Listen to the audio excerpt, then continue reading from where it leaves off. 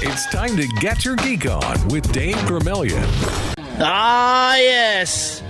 Here we are, Get Your Geek On, the first ever, the premier talk radio show for geeks in the United States, based out of San Antonio, Texas. And we are here, well, actually, we're not here. We're not where we usually are. We're not in the comfy confines of the 930am.com, theanswer.com studios. Instead, we have taken the show on the road, which is a scary prospect sometimes. But where we have gone to, where we have traveled, is to Heroes and Fantasies here on 410, which is between Evers and Callahan Road. Not a scary concept, well, except when the cosplayers are walking around, because this is Walking Dead Day. Yeah, I don't want to draw attention to this. We typically don't, but this time I think it's fair. We're actually recording this on Wednesday. We are, yeah. We kind of do this pre-record today so if you're listening to us on Saturday, and if I accidentally slip and say Wednesday, I'm sorry, but it is Wednesday now. We're recording this for the show on Saturday night, and this is a fantastic event that we're at. It is the 25th anniversary of Image Comics, and they are celebrating by having a new issue of The Walking Dead come out, and Heroes and Fantasies is celebrating by giving it away. 20,000 issues of this comic are being given away, in addition to just a host of other things that are going on here. But this talk radio show in particular is honored to be out here. We will talk Star Wars, Star Trek, DC, Marvel, video gaming, really all things geek that have dominated this little world of ours. Because geek is not really what it was 20 or 30 years ago. Geek is in. Geek is very in.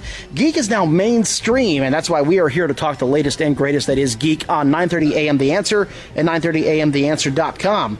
This is episode number 34 in our ever so beloved history. And tonight, until 18, until I guess we got to start planning the 1 year anniversary. We got to start planning that a little bit.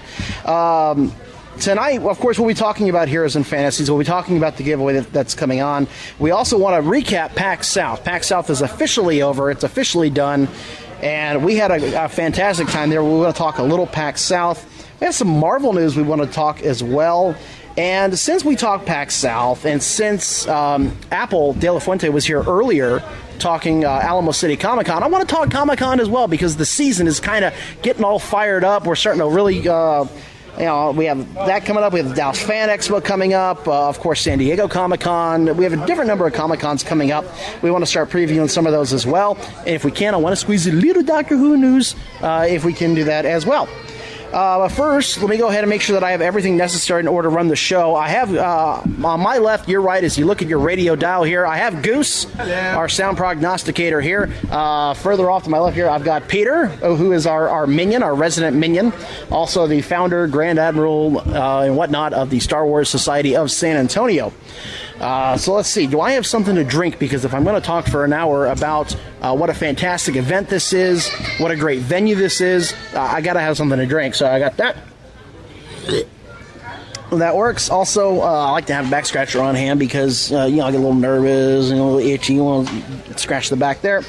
Also, if you're going to have the premier talk radio show for geeks in the United States, I think it's kind of logical to have a lightsaber on hand. This is old Blue. Had it for several years now. Never let me down. Always keep the Minox at bay.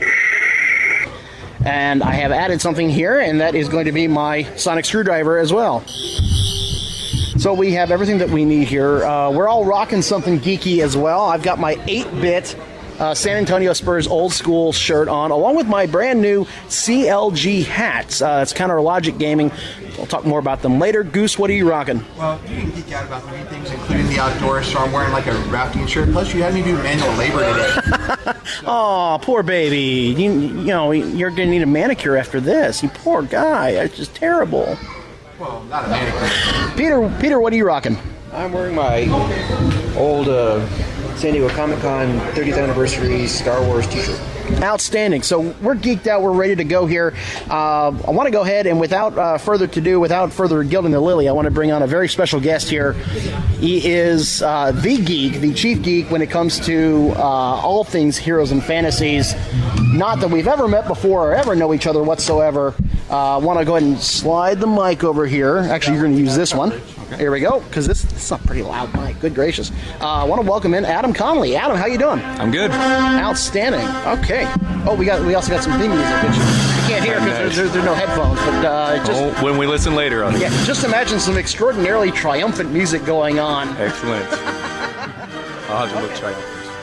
Oh wait. And Goose has given us his blessing, so we can go on from here. What is going on out here today? We're celebrating Walking Dead. You know, there's a issue that they released because of Image's 25th anniversary. I think you already announced, and because of that, we decided to go ahead and go big with it, and not just give it away for free, but we added everything we could possibly do to make it a more family as zombies can get.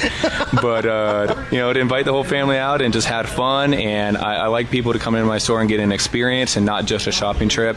And so having artists here, doing raffles for other giveaways, having the makeup artist so you can leave with zombie scars on you if you want. I mean, everything we can do to make it more zombie. And there's tons of people watching the show. We need more people reading the books. That's where it all started. So this is an outreach to let people try it for free. Very true. I mean, we really owe a lot of geek roots to comic books. That's really where a lot of this spawned from. That's where Comic-Con spawned from. That's where Heroes and Fantasies spawned from, and so on. So to go back to the roots here and to give back to the geeky community at large is fantastic. You said you were going big. How big are you going with this? Well, we ordered 20,000 copies of the book. If we can... Well, I'm sorry, I'm going to stop you there. Did you say 20,000? 20,000. You meant 2,000. Oh, 20,000. Okay, 20,000, and for like, what, $4.99? No. Okay, if you spend a certain amount in the store... Just for free. You're giving away 20,000 comics for free. Yep. And there goes somebody right there. He's got a copy. You just walk in, boom, you're done. Yep, You get absolutely. No purchase necessary. Just come in and you can join the raffle for free. You can win a $100 book for free. So we're just trying to.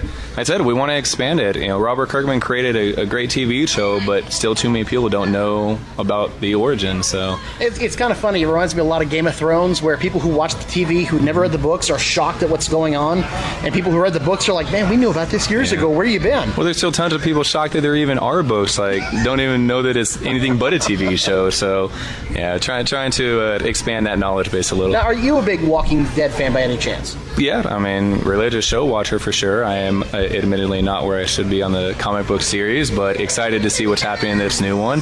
Okay, so who's your favorite character? I really did like Glenn. I thought he was pretty awesome. That's the best thing about this show, though, and the comic series is Kirkman does not care what the audience wants. He's going to write what he wants to write, and it's one of the best comics for it, because you could be attached to whatever character, and most companies, Wolverine or Batman, for instance, they may kill him in a side storyline, but they're never going to actually take him out for real. And Superman, even that they did, returned 6 months later. Yeah, he didn't stay down for very long. So. I like the fact that you don't know what's going to happen, and you get attached to a character, and they may be gone tomorrow. You find out week after week. So speaking of Glenn, he took it like a champ. I mean, that's. He had a lot of close calls before that, so it's not like he didn't escape the inevitable several times. Yeah, it was the previous season, I think, that everyone thought for sure he was dead when the dumpster and the guy shot himself and everything. So, but it catches up to everybody, kind of again, I'm making the comparison because it fits. I mean, it's a Game of Thrones kind of way. You get attached to a character, and everybody likes this guy, so he's got to go. So. Yeah. Now, you said that you want everyone to have an experience when they come to Heroes and Fantasies. Oh, yeah. Can you kind of expand on that a little bit? Well, I mean, we've been around for a long time, and I don't want to be just a retail store that people come and pick up their weekly comic, or even just their periodic trip where maybe dad or brother or somebody is looking. I want people to actually come and enjoy shopping the way people used to when malls were new. And if you think back to then, it was a different experience than going into Walmart, and you could hit the toy section, but there wasn't a whole lot you could really do. And in our store, I want people to be able to go to the kids section, go to the comics, go to the games, go to the toys, the statues, and we have a museum of stuff in here that not everyone's going to buy everything, but so many people enjoy looking at all of it, and there are buyers for all of it. It's just a matter of what your preference is, and so we've done everything we can to expand and diversify to carry something for everybody in the family. And continue to create that. And as far as the experience with this event, this is just one of many. Everything that we do, we try to make it bigger and better so that people look forward to coming back, not just because of an issue, but because of what we might add on. Now, I think one of the impressive things about this is that when you think of a store like Heroes and Fantasies, and there are, there's some all over the place, but there's so much to this store. I can't, every time I walk through, and I've walked through several times now, I find something different. Every single time. There's a statue that I never saw. There's a figure I never saw. There's a section. I had no idea this whole section was here, but there it is. There's always something different in here. Do you think the variety is kind of the key to success? I think sometimes it's a problem too, because there's too much and you can't get through it all, but I think it's a good problem. But yeah, certainly, throughout some of the early years in our business, if we didn't diversify, then who knows where we'd be today. But back then it was expanding from comics to, okay, let's carry a few toys. And now it's, I don't know how many different SKUs we've got. There's millions of different items. So now you mentioned other events that y'all have. This is just one of several, and it's early. It's just now February 1st, so we're just now getting into the new year. What else do y'all have coming up?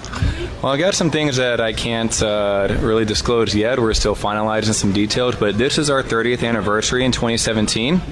And so celebrating 30 years, we have several things planned that are going to be throughout the year. We're planning to bring in several artists, several comic creators, maybe a celebrity or two. And we do go big at Alamo City Comic Con. And so certainly we're looking forward to that. But I want to create some additional thanks to our loyal customers that have supported us all these years by giving them opportunities they may not have if they didn't want to go to San Diego Comic-Con or New York. And so doing that in the store and not just at a local con even is one step better for us. So there's several things to be on the lookout for that I can't say yet. But definitely Free Comic Book Day is coming up give us a hint in a on few months. Give us a hint, a little something. If you like TMNT, Teenage Mutant Ninja Turtles, and stay posted on our Facebook. There we go. Okay, and you can find Heroes and Fantasies on Facebook. They actually have two locations. One is on Loop 410 between Evers and Callahan, and the other is in Universal City off of Pat Booker Road, which I understand has been recently, y'all have added just a little portion. Yeah. Just added just a little bit to that store. Yeah, we doubled the store size and put in a whole lot more merchandise than what used to be. They've always focused on comics of all age and the gaming cards, primarily Magic the Gathering, and now they've expanded to be what our other San Antonio location is, that has a variety of all kinds with toys, statues, you name it. We're definitely trying to blow that store up the way we have the San Antonio location. Now, we're in quite the space here, and you can see it at facebook.com/GYGOofficial, because we do a Facebook Live of every show, including this one. This is quite the space that we're in. Do y'all often host tournaments, and if so, what type? Everything. Pokemon, Magic, Yu-Gi-Oh! Are the primary, but if people want to play Dungeons and Dragons, Warhammer, HeroClix, you name it, we've got space available. Whatever you guys want to run, we're happy to host and even try to help expand and grow the player base for you as well. Now, getting back to the Walking Dead here, it's been a long-running show, but people are kind of wondering, they're getting caught up to the comics now as far as the TV goes. Are they going to have to, what do you think, are they just going to call a halt eventually and wait for the comics to catch up, or are they hiring additional writers? I'm hoping that they just start releasing the comic weekly. That would be what I'd like to see, because then the TV show will always stay a little bit behind it. But in reality, I don't know what their plan is. I know Kirkman said several times that he's got several more seasons already ready, but it seems like what he's got prepared goes beyond where the comic is now, so... Maybe they'll do side stories, or they'll go back maybe to. There's nothing wrong with the TV show being ahead of the comic either. Just because we're used to the comic being ahead of the TV show, maybe the reverse happens, and there's still things that happen differently. People die different, or relationships happen different, and True. So who knows? Maybe you'll see a new character appear on TV, unlike Daryl, that will never be in the comics. He said, maybe there'll be a character that will be waiting to be in the comics. I don't know. All right, cool. All right, well. We've been sitting with Adam Conley, the guru, the grand poobah, the high muckety muck here at Heroes and Fantasies. Adam, thanks for taking the time out for talking to us here, and we'll let you get back to it because the line is starting to grow up again. Excellent. And there's a guy in a Heroes and Fantasy shirt kind of looking this way a little bit, and throwing some That's a big guy too, man. I don't want him mad at me. You may want to head back over All there. good. We'll take care of it. Okay, all right. Thanks. Thanks Adam. for being here. All right. Man, I'm just hoping those weren't gang signs. yeah, I hope not. That could get bad. Hope we didn't do anything wrong here. I mean, oh my goodness. I mean, it's okay. All right. No, it looks like Adam's taming the beast, so we look like we're okay so far. Anyway, I have my lightsaber, but I don't. I'll use it if I have to, I suppose. Okay, so coming up, we have learned now that Ben Affleck is done. He is no longer going to be the director of the Batman movie. No. Yeah. I have to admit, I'm not quite sure what to think about this. He's directed a couple of movies before. We're not quite sure exactly as to why he left the directing role, or if he's, just stepping around from the director role and he's still going to be a writer. There are rumors even now that he's no longer going to be the Batman in the Batman movie. But there's so much misinformation out there that, we don't know now if he's going to be the Batman for Justice League. There's so much in the air right now. It's a little concerning. Well, in my opinion, based on what I've read so far, he's just kind of stepping away from the director's seat. And he's a good director. I mean, I've seen some of the things he's done outside of the genre. He did Argo. Argo was good. Argo was pretty good. Yeah. It was a good flick. So I'm not sure, though, if this is good or bad, because we've seen people that are both directors and actors. We've seen that happen before.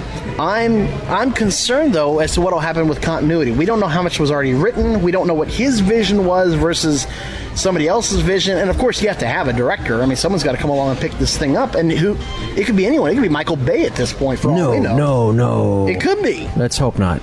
I mean, what's Michael Bay up to nowadays? Anybody know? Making TMNT 12 or, Messing up more Transformers.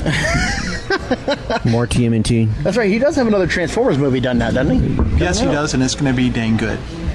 Well, that would be the first. That would be dang good. So that'd be the first Michael Bay movie to be dang good. Oh, come on. That's not true. He's had good ones. Oh, yeah? Okay, fine. You tell me. You go ahead and name a good, really good, solid Michael Bay movie. Go ahead. Give me a minute. Okay, all right. 69, 60. If you can't think of it off the top of your head, that's never a good 57, sign. There are so many, it takes a while. He's got to narrow it down. Yeah, 55. Sure, you do that. 54. Because I'm actually kind of excited for the Batman movie. I thought he was a good Batman. Bruce Wayne, I don't know about, but I thought he did a good job as Batman in the Batman Superman movie. Armageddon was a good movie. Armageddon had fire in space. It's a good popcorn flick. It also That's had about Bruce it. Willis and Liv Tyler. It did have Liv. 13 Hours was a good movie. 13 Hours was a great Getting movie. back on topic. Yeah, okay. So with the Batman movie, from what I've seen, from the Suicide Squad little bits and pieces that he was in, I don't mind him as Batman. I don't know that he's as good as Christian Bale, but even Christian Bale wasn't as good as Christian Bale could have been because he kept talking like this. He wasn't the Batman we need. He was the one we deserve. And I think he got a little carried away with the gravelly voice, just a tad. just a tad bit. I get he's trying to go for that, but I mean, even when I go back and watch The Dark Knight, the costume itself did also look a little hokey in the neck area. In my opinion, I thought it looked good. It looked more tactical. It looked more like something you would expect a realistic Batman to wear. Yeah, it reminded me of the George Clooney outfit. Let's not go there. I'm serious. It did. It reminded me of that outfit because he couldn't turn his head without turning his whole body. And the Bale could turn his neck. Well, yeah, he could turn his neck after he told Morgan Freeman that he needed to turn his neck. Right. That was one of the changes that need to be made there. But as for getting back to Affleck, I thought he did a very good Batman. I thought a lot of people didn't give him enough credit for it. And I thought his suit looked good because it was actually traditionally, for the first time, black and gray. I have to say that I'm reasonably impressed with the way that Hollywood actors and actresses have proven us wrong time and again, because everybody said there's no way Ben Affleck can be a good Batman. It's just not possible. There's no way that Margot Robbie can pull off Harley Quinn. There's no way. There's no way Heath Ledger can pull off the Joker. It's just not possible. And time and time and time again, and all DC characters, by the way, they keep proving us wrong. These actors and actresses keep doing outstanding work. Now, there are some exceptions to the rule, certainly. George Clooney. Yeah, George Clooney, and I'm sorry, I was never a fan of Tommy Lee Jones being Two-Face. No, that was terrible. That certainly never worked. Captain Boomerang, I thought, was just awful. That was not good. But overall, though, those three shine in their roles. They really did a tremendous job in their roles. So I applaud them for that, and I appreciate them proving us wrong. And anytime, and this happens all the time, whenever there's a big casting announcement, somebody will inevitably say, it's an awful choice, this person can never do it. And I always say, tell that to Heath Ledger. Okay, you can't tell it to Heath Ledger, obviously, but that's an example of someone that, they say tell you can't that to do Michael it. Keaton. Tell it to Michael Keaton. Yeah, there was an uproar in '89 when Michael Keaton announced that he was going to be Batman. It's like the guy from Mr. Mom. He can't do Batman. There's no way. Beetlejuice. From Beetlejuice, yeah. I mean, he was a funny man. He was a comedic actor. High energy, he could be comedic when he wanted. He wasn't Robin Williams or anything, but semi-comedic actor. And here he comes as Batman, and people hold him up as the example of Batman. The standard. Absolutely. So I'm not sure what to make of Ben Affleck standing down as the director. I don't know if he's staying on the project. I do know that we're going to have news, and that we will post the news on our Facebook page, which is facebook.com/GYGO official. Now, I did hear that one of the guys involved wouldn't be surprised if Ben wanted to step away and go to writer and producer, but it doesn't seem likely for a while because of the fact that he wanted to be able to focus more on the character and be more Bruce Wayne and less divided between director and actor. Yeah, because if you get too close to a project, both behind the camera, I can see that, and maybe he was concerned because this is a lofty role. People take the role of Batman very seriously. There's no question about it. So, I certainly don't blame him if that's the case. Now, we may never know what the case is, so there's no way to know for sure. Now, we have about 3 minutes left in this section, so why don't we talk just a little bit of what we may not have time to talk about later. That's right. So it's been announced that Peter Capaldi has come out and said that this is it for Doctor Who for him. This is it. This is this season, and he's done. There's no more. You're burying the headline. What did you say last week? Do we have to revisit that? Well, we talked about Whoopi Goldberg last week. No, we talked about you saying that it's typically 3 seasons is. Oh, that's right. It. Yeah, so this could be Capaldi's last season. Okay. You called it. I know I called it. I don't like bragging when I'm right because it happens so often. You just didn't want to say anything because modest, isn't he? Ready. That's what happened. We're on remote. Brian's not going to have the sound clip, so we're not going to talk about it. Okay. All right. Fine. I did call it. I did say that this would more than likely be his last season. I called the Rogue One box office prediction. I said Capaldi would be done, and sure enough, he's done. Now, what we did on our Facebook page is we put out a meme of 4 female British actresses that could play the first ever female Doctor, because a lot of people were thinking it's time. Now, it's interesting. I got some backlash from people saying that the Doctor should only be a man. Well, he could regenerate into whatever he wants, so there's no reason why it couldn't be a woman, the next Doctor. The Master regenerated into a woman. The Master. There you go. That's an excellent point. So, personally, for me, I wouldn't mind Haley Atwell, who was Agent Carter in Captain America, but man, if it's Natalie Dormer. Oh, man, if it's Natalie Dormer. I'm just saying, that smirk, she's got going on. Natalie Dormer of Hunger Games and Game of Thrones fame. She's got that smirk. She's got, she looks, I'm just saying. Haley Atwell. Natalie Dormer. I concur with my colleague over here. Oh, God. No, Yeah. you. I'm going with Haley here. Come on. Oh, come on. What? Come on. You're fired. I'm a volunteer. You can't fire me. I have the equipment. You can't fire me. Okay, well, that's certainly true. You're stuck with us, Dave. No, I can see. I think Haley Atwell would do a good job. I think either Haley Atwell or Natalie Dormer. Now, we put 4 up there in total. So it's entirely possible. I mean, it could be anybody at this point. You mentioned Goose. You mentioned Hugh Jackman. You also mentioned Mel Gibson as a possibility. I did. Yeah, no. Alrighty, so coming up after the break here, we're going to do a brief PAX South recap. We're going to talk some Marvel news. There's another Marvel series coming to television. We'll talk about that coming up. Also, Comic-Con season is right around the corner. What you need to know, where you got to go, where you got to be to see which celebrities is coming up right after the break here on 9:30 a.m. The Answer and 930amtheanswer.com. If you missed the first half, no problem at all. You can always find it on our podcast, which is on the website, 930amtheanswer.com. You can also see us, hello, on our Facebook page, facebook.com/GYGO official, because we do all of these with Facebook Live. So no problem there. In the first half of the show, we talked to Adam Conley. We are here at Heroes and Fantasies. On Wednesday. On a Wednesday. So if you're listening to us on Saturday, please don't get too confused. We've got a walker. We have a walker here. We have a walker. Hold on. Oh, God. There you go. There you go. We have cosplayers here with us for this Walking Dead event where they're Where's Rick when we need him? He's out there somewhere. We're giving away 20,000 comics, and oh my goodness, and that's okay. We may need some security at the next event. Not that we're too worried about the Stormtrooper being able to shoot anything or anything, but okay. Still missed us.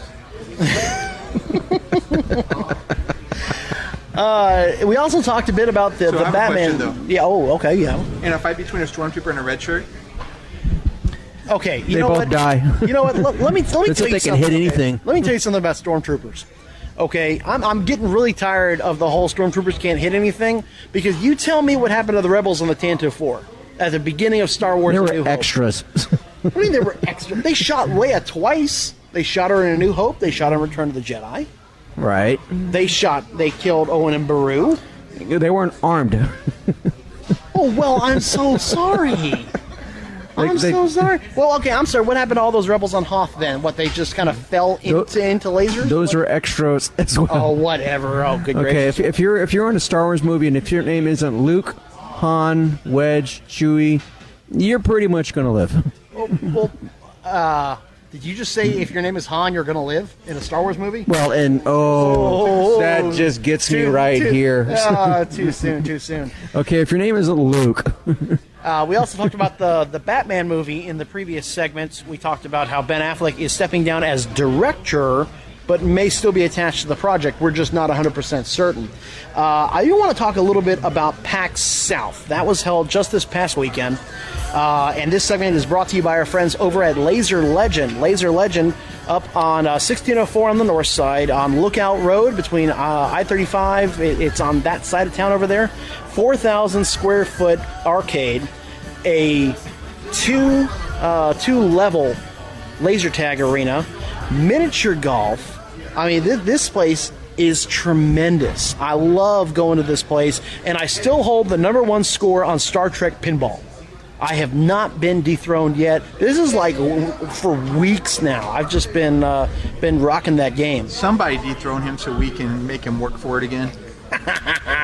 No, it's not going to happen. No one's knocking me off. It's not going to happen. You can try all you like, but it's not going to happen. I am the undisputed king of Star Trek pinball over there at Laser Legend.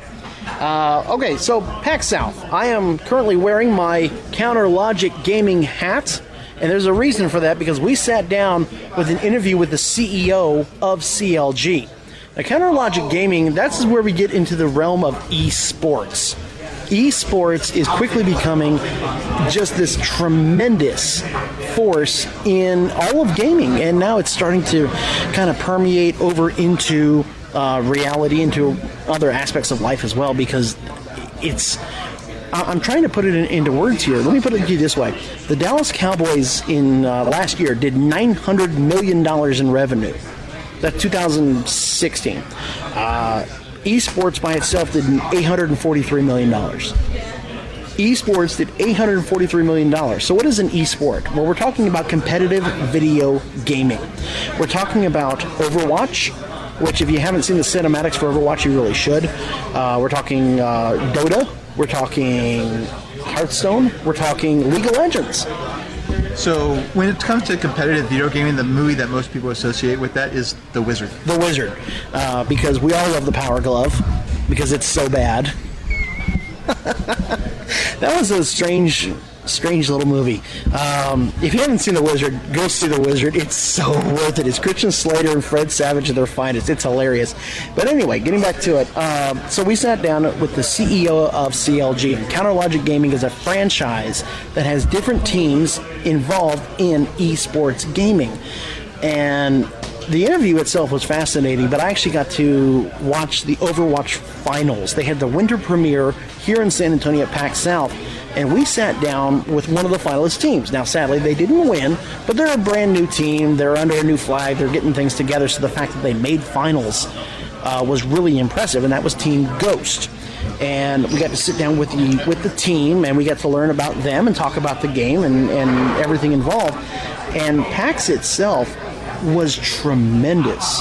Oh, man, what a convention. I was impressed. I had a great time at PAX. Minion, you were all over the place, man. What did you see at PAX? Well, this was a different kind of convention that I was used to, because I'm used to doing Comic Cons and so forth.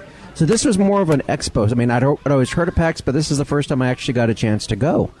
I was really surprised at seeing, just the level of, of people who are gamers. I mean, I'm not a gamer. My fiance is.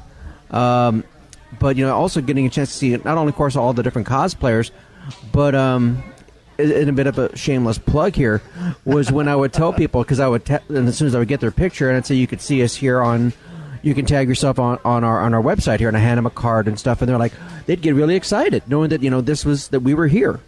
So that was cool. But mainly just getting a chance to kind of see what all the hoopla was about PAX. And man, talk about cosplayers! Oh my God, yeah! There were so many cosplayers from so many different games. There were a number of Overwatch, but I saw Links and Zeldas and Marios and Luigis. I saw Final Fantasy characters. I saw Resident Evil characters. You can pretty much name the game, and there was somebody there cosplaying it. It was impressive, and I even saw some comic book cosplayers. I saw some Lokis. I saw a Captain America. I saw somebody walking around as Wolverine, and I saw somebody walking around as Little Mac from Mike Tyson's Punch-Out. I saw a Deadpool and a Harley. I saw Deadpool and a Harley, that's right. And we have all sorts of pictures. I think we took about 100 or so pictures. And they're up on our Facebook page, facebook.com/GYGO official. So I have to admit, I got a fanboy out, gush just a little bit here, because one of the cosplayers was Dominique Sky. You need to look her up on Facebook, because she's also said that she wants to come on the show. And I'm just like, oh my God, I'm all nervous now. Now, I have a question. Now, in studio or over the phone? Oh, in studio. When we get closer to Alamo City Comic Con, she wants to come on the show. Well, I didn't get her to agree to in cosplay, but I'll work on that. So you want to check out Dominique Sky as well. So, Goose, what was your highlight for PAX? Well, because of certain things, I was only able to go on Sunday, but just to see everything that's coming out, I got to look at the Switch controller. It reminds me too much of PlayStation and Xbox. It doesn't have a Nintendo look to it. Yeah, I wasn't truly impressed with the Switch, and I was really disappointed in the Resident Evil game. Yeah. The demo was not a good demo. The lines were too long for that, so I just looked around. And one thing I did see is that VR is going to be a thing, big time. You think? We've only been saying it here for a couple of months now. And I saw a lot of CCGs. Yes. Out there. What I did get to speak to Jonathan of Digital Precept about Kung Fu Shadow Fist, a game that they have coming out, and you can find the interview online at the Get Your Geek On Facebook page. And that was really fun to talk to him about that. And it's coming up in the fall, I believe is what he said. And now the enthusiasm for some of these demos was incredible. I mean, the Nintendo Switch line just ran into the next county. I think, it started somewhere in Bandera, and that's where the end of the line was.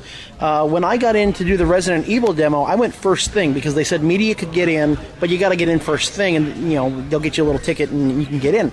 And as I was walking up, the queue line was released, and there were about 24 people that full out sprinted over to the line. Several of them fell over, and people ran, not stepped on them, but ran over them, leapt over them to get in line. The enthusiasm for these games was just off the charts, just incredible. So I'm looking forward to PAX from next year as well, because there was so much of this that I wanted to see that I didn't get to see that I want to see next year. Also, I think I'd have to say the Overwatch photo shoot. That was incredible. Yeah, they had a group photo shoot. And they had how many tracers did they have? They're like 6 or 7 tracers? At least. Couple of costumes. widows, and yeah. I mean, just really impressive. Even like minor characters, they had stuff there, and I was just floored. I was like, wow, this is incredible. And I learned a lot about the games while I was there, too. I have to admit, I'm not the biggest Overwatch fan. I've only played it a couple of times myself, but man, I was impressed. I was really impressed. Now, I did go by the tabletop game section. I did find a Warehouse 13 tabletop game. I'm going to have to maybe look into buying that because Warehouse 13 was such a fun show. I picked up a game myself. It's called Ginger Dead House. Get it? Instead of Gingerbread House? Ginger Dead House. Okay. Well, I liked it. I played it, and I liked it a lot. With that being said, let's go ahead and segue over into a little bit of Marvel news here, shall we?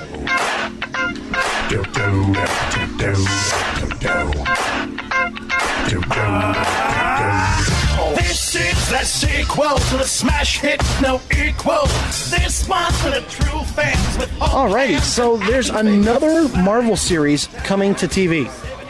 On Netflix? I'm trying to keep... Well, according to this, it's going to be actually on TV itself, not on Netflix.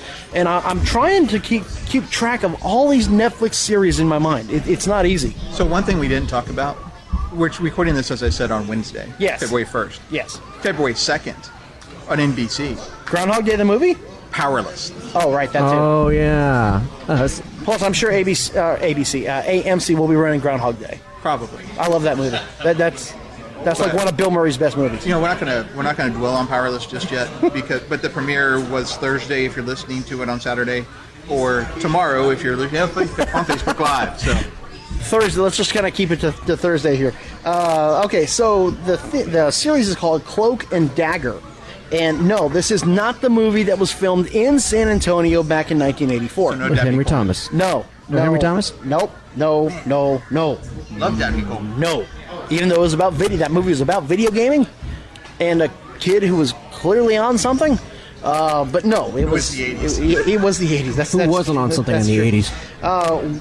So this is going to be about 2 characters in particular, and the press release that was sent out said, wielding the light engulfing mystical cloak as Tyrone Johnson will be the Knight of Star Aubrey Joseph, while singer and Disney star Olivia Holt has landed the role of Tandy Bowen, who is Dagger. So you have a light engulfing mystical cloak, Tyrone Johnson, and then you have Tandy Bowen, who is named Dagger. So you have your cloak and your dagger. In the comics, these 2 teenage runaways bonded and eventually fell deeply in love when they were kidnapped and given powers as a part of a sinister medical experiment conducted by the mob group Magia. Okay, not sure why a mob group would want to conduct sinister medical experiments. But okay, all right, so we get this. It's not coming anytime soon. It'll be out in 2018 because they had to bump it back a little bit. Doesn't want to have sinister experiments. Well, we never really learned much about... This is something I harped on in Deadpool. We never really learned much about the group that was making these mutants, or why, or what the purpose was, or what they were going to do with them. It was just, hey, we'll cure your cancer and give you these freaky powers if you survive. And it was like, oh, okay, sure, why not? It's a heck of a trade-off. I suppose so.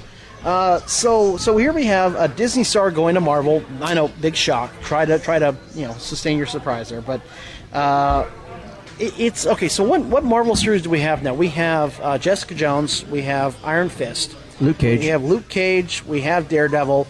We have Defenders. We have Agents of S.H.I.E.L.D. So that's 6. So this will be the 7th Marvel series. Live action series. Well, yeah, live action. So that's 7 Marvel live action series that'll be coming to television in some way, shape, or form, whether it's Netflix or ABC or whatever. And Inhumans coming out soon. So anybody that thinks that Star Wars is overextended, you need to look to Marvel, because that makes 8 if you include Inhumans. I mean, that's incredible, and that didn't include any cartoons that might be coming out also. Gracious, try to catch your breath on that. Oh man. I mean, I'm excited for it, don't get me wrong, but at the same time, I'm a little concerned. One of the things that bugged me about Marvel, the way it was kind of going, was that you have to watch this in order to understand this. You have to watch this series of episodes in this one show in order to understand the beginning of this particular movie. Star Wars is a little guilty of that, but Marvel abuses it to no end. If you watch the beginning of Age of Ultron and you did not watch Agents of S.H.I.E.L.D., then you're wondering, why are we fighting these guys? Who are these guys? I get that they're Hydra, but how did they get the scepter? What is going on? And so on and so forth. You were confused at the beginning of Age of Ultron. That being said, the movie did a good job of kind of sucking you into it and kind of glossing over that. But still, there was the confusion. If you watched Civil War without watching the movie Ant-Man like I did, okay, so he's Ant-Man, I guess. I don't know where he came from. I don't know why he grew so large. I don't understand this, that, or the other. So I'm kind of worried that all these series are going to require you to watch this so that you understand that. It's all connected. Well, yeah, I'm glad it's connected. But I shouldn't... It's like with Star Wars. People said that... I saw online, somebody said that it was required reading to pick up the book, I think it was Catalyst, before watching Rogue One. And I have a big problem with that. A big problem with that. Now, I understand if you want to add some depth to characters or whatever, but you shouldn't have to read a book or watch a TV series in order to understand the fundamentals of another movie. You just shouldn't have to. It should be able to stand on its own 2 feet. So with that being said, what I'd like to do is let's talk a little bit about Comic-Con itself. Now, Apple de la Fuente, who was the founder of the Alamo City Comic-Con, he was here, and they made an exclusive announcement about who will be coming to Alamo City Comic-Con.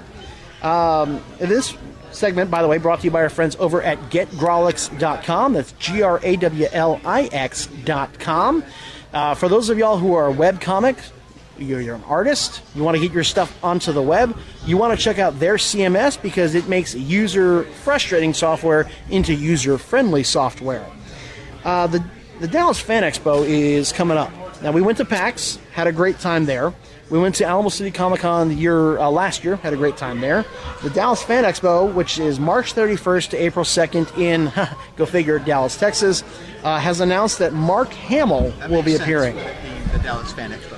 Yes, I'm very glad that they didn't call it, the Kansas City Fan Expo and hold it in Dallas. That'd be a little confusing. But so they've announced that Mark Hamill will be appearing at the Dallas Fan Expo. I can only imagine what questions people will want to ask him. That's very impressive because he hardly ever does shows outside of California. So the celebration. Ask him to quote his lines from episode 7. I know. I would love that. I would love for him to kind of reenact the script from that moment in episode 7. I mean, that would be awesome if he could do that. If he could autograph me, that'd be perfect. Autograph. I want an autograph. Mark Hamill autograph with the line from episode 7 that he said. I would love that. That would be awesome. So they're also going to have, in addition to Mark Hamill, they've announced that Tim Curry will be making a rare appearance. Whoa. Adam West and Burt Ward, who were Batman and Robin in the 60s, will be there. So to go find when Tim Curry last did a convention, you know what you're going to have to do, right? What? Do the time warp again? Yep. Yeah, we saw that coming. And also they're going to have Norman Reedus, who is Daryl from The Walking Dead, which we're at the Walking Dead theme here. Exactly. So that's a high-powered fan expo. I'd love to go if I can get the time. If I can spare the time, man, I'd love to go to that. That would be awesome.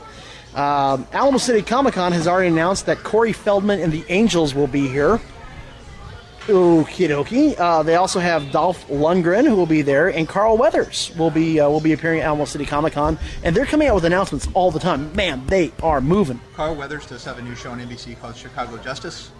So, okay, very cool. I know it's not actually geeky, but it is part of the Dick Wolf Chicago universe. So okay, and for those of y'all who don't know Carl Weathers, that's Apollo Creed. Boom! All of a sudden, you've made the connection. No problem there. Now, Alamo City Comic-Con is known for making a bunch of announcements, so I'm sure there'll be more to come also. When they make big announcements, we're going to share them onto our Facebook page. We'll send them out across Twitter, Instagram, and I felt inspired. I went to the Twitch VIP after party at PAX South, and seeing everybody there and hearing and talking and hearing their stories, I want to get Twitch going for this show. I want to do Twitch for Get Your Geek On. That means more work for me, doesn't it? Absolutely, it does. But thankfully, not for me. So that's good news. Oh, but, we could just unload it on Minion here and just let Peter do it. Yeah, what is Twitch to begin with? For those of you who are. Okay, so yeah. Minion, that's an excellent way to get you out of work there. There you go. That's good. That's fine. Got nothing to do. So I'm gonna look to get us on Twitch. I think that'll be fun. Star Trek Las Vegas will be August. That is their annual convention. It's a massive convention for them. They've announced that they're going to have Carl Urban, Brent Spiner, LeVar Burton, Roxanne Dawson, who was Bellana Torres on Voyager, right, and Alice Krieg, I think. But that was the Borg Queen. Will be there so far, and they have more announcements coming as well, because that's months off. That's end of summertime. And we'll be going to Star Wars Celebrate. Well, I will. I'll be going to Star Wars Celebration in April. They haven't made any guest announcements. Yeah. Nobody likes a braggart, sir. Yeah, so I will be hobnobbing with all sorts of people out there at Star Wars Celebration. Dave's bringing back souvenirs. Dave's going to try to just bring back Daisy Ridley. I'm just saying, I'll bring her back. Beth doesn't listen to the show, right? God, I hope not. That'd be a little awkward to explain. So is Daisy going to be the new Minion, and I'm out? Daisy can be whatever she wants, man. Daisy has an open invite to be on the show. I know what Daisy wants, to be away from you. Hey, look, man, that restraining order is just temporary, okay? 500 feet is very subjective. But what I want to talk about, what is your dream convention? What is the convention that you really want to go to? From a time and money perspective, anything in San Antonio pretty much works for me. Yeah, I know. But I'm saying this is your dream convention. If you could go to any convention at all, what would it be? It's probably Star Trek Vegas. And I would just love to spend the day with Scott Bakula. Okay. I love that. If I had to pick a Star Trek personality to hang out with, I personally would probably go Chris Pine. Or Zachary Quinto. See, with Scott, you not only have Star Trek, you also have Quantum Leap. Well, that's true. And NCIS. Yeah, but Zachary Quinto also has Heroes. Yeah. You also have Mr. and Mrs. Smith, the TV show. Ooh. Scott. Ooh. Yeah, okay. Yeah, Zachary Quinto. I think he, I'll be his wingman. Nally and Murphy Brown. Okay, all right, just stop. Just stop it. By the way, this is off the top of my head because Goose doesn't do prep. This is just how much of a geek he is. Oh, okay. All right. Well, wow, really? Good Lord. Okay. Minion, if you could go to any con and meet any celebrity, who would it be? I'd have to go to Dragon Con. Dragon Con. Dragon Con. I've heard a lot of great things about it.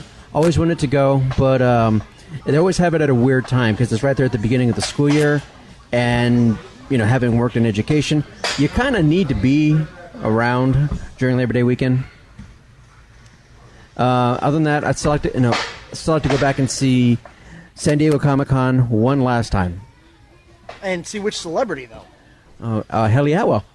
Haley Atwell. Man, this show keeps coming back to Haley Atwell. Good gracious. Wonder Twins. If I could go to any convention, I want to go to New York Comic-Con. I wouldn't mind going to New York City itself, and not San Diego. Not San Diego Comic-Con. I would want to go to New York City Comic-Con.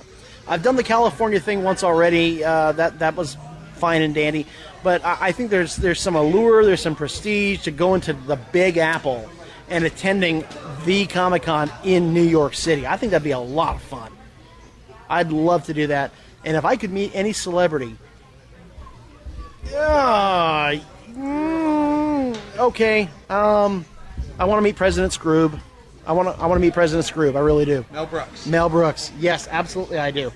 All right. So we're almost out of time here. So that means that we need to go to our all-time favorite segment, the Sarlaac Pit. What's going on? We just got to the Sarlaac Pit. What's that? It's this disgusting, horrible creature that's worse than anything you could ever imagine. I never get tired of this. This is awesome. Goose, who are you throwing in? Let's see. Traffic on 410 getting to Heroes and Fantasies. Yes. Once you're here, this place is fantastic, but getting here is half the fun now, isn't it? And a bad memory. All right, so let's go ahead and we can just put them in. Minion. I'd have to say the drunk who was there at the Spurs game the other night, because they have to cut off a certain section, no alcohol past a certain point. and the guy was just giving me a hard time and all this other stuff. I was like, dude, Dave go away. said he was sorry. Yeah, thanks, Dave. Yeah. All right, well, let's put him in.